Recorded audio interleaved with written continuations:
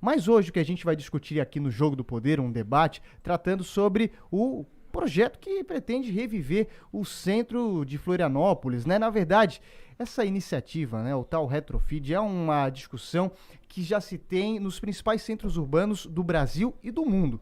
O que se observa, muitas vezes nas grandes cidades, é que o início delas começa pelo centro, né? Tudo começa pelo centro. A principal organização urbana vem do centro. E há muito tempo, quando as grandes cidades começaram a ser organizadas, o centro era atrativo. Trouxe a convivência, a própria vivência, o comércio, mas com o passar dos anos, o centro muitas vezes perde o seu atrativo.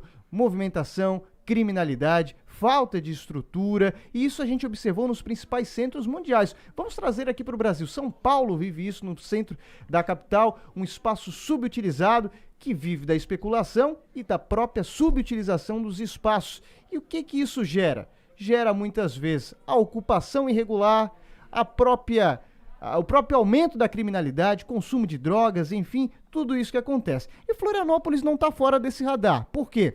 Florianópolis cresce cada vez mais. O próprio censo de 2023, que é referente a 2022, né, mostra aí o crescimento da cidade comparada a outras aqui do estado.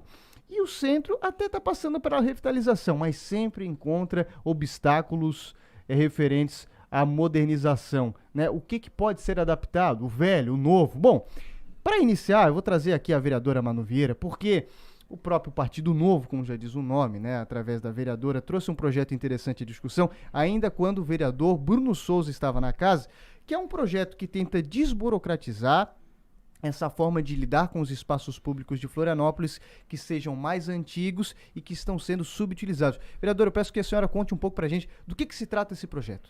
Perfeito. Obrigada, Zé Maia, primeiro pela oportunidade de a gente estar apresentando essa discussão num momento tão importante. Porque, como tu falastes, até a própria penitenciária, ela poderia estar se beneficiando de um projeto desse tipo. Inclusive, vários problemas residem lá por causa do plano diretor, mas vamos deixar essa discussão para depois.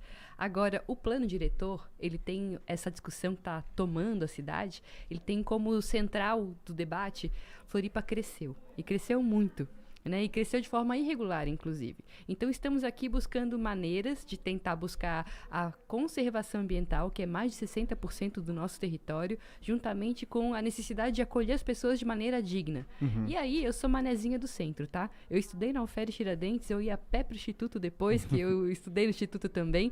Peguei aquela Avenida Esse Luz ainda quando era o Rio da Bulha aberto ali, né? Então, quem viveu o centro tem saudade daquela vivência, daquele ponto de encontro, porque hoje o comum do centro está sendo cada vez mais tu olhar para cima e ver prédios vazios.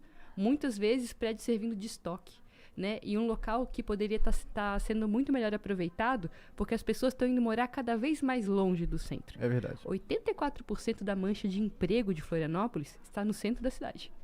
Claro, porque temos muitos funcionários públicos, muitos prédios públicos ali também, então isso concentra grandes espaços de trabalho, mas também muito do comércio está lá, né? E principalmente o comércio regular.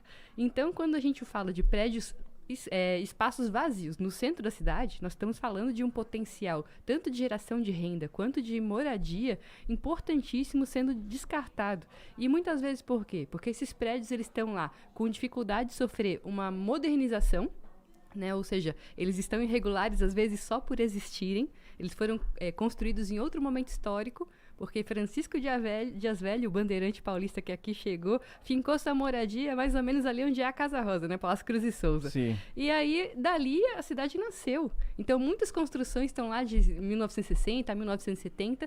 Quando veio o plano de 2014, muitos ficaram irregulares porque não possuem os recursos, não pode sofrer uma atualização, às vezes, elétrica. Quando a vereadora fala dessas dificuldades, qual é o empecilho? É da própria determinação que o município tem no seu plano diretor, nessa regulamentação? Isso, muitos prédios, por exemplo, e aí depois o Bulcão pode até falar com mais propriedade, porque ele trabalha no mercado, muitos prédios, por exemplo, não têm a segurança, a acessibilidade que as novas normas pedem para um prédio. Às vezes não possuem garagem, porque não era aquele momento, e hoje, no nosso plano diretor, não é possível existir um prédio sem garagem, por exemplo. Sim. Até a revisão, ela vem a colaborar com essa mudança.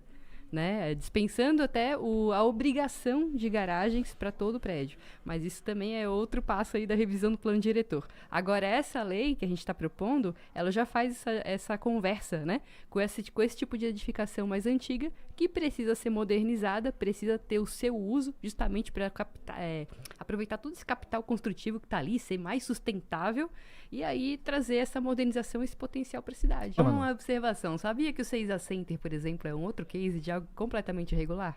Muita dificuldade de conseguir, assim, dizer que os comércios estão regulares lá, porque lá não tem garagem.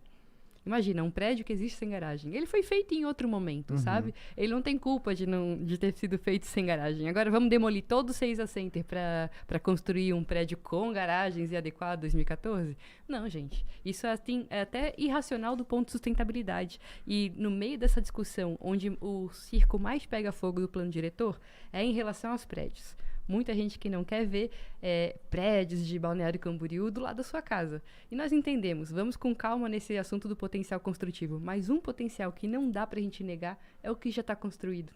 Então, esse é um papel que não tem essa celeuma em frente à discussão. Poxa, já está ali o prédio. Vamos aproveitar ele e vamos trazer ele de volta à vida, né? E com isso a gente pode gerar emprego, gerar renda, gerar potencial habitacional, tanto de baixa renda quanto para o jovem universitário de tecnologia que hoje não tem onde morar aqui em Florianópolis. E podia estar trazendo esse polo aqui para o centro da cidade também.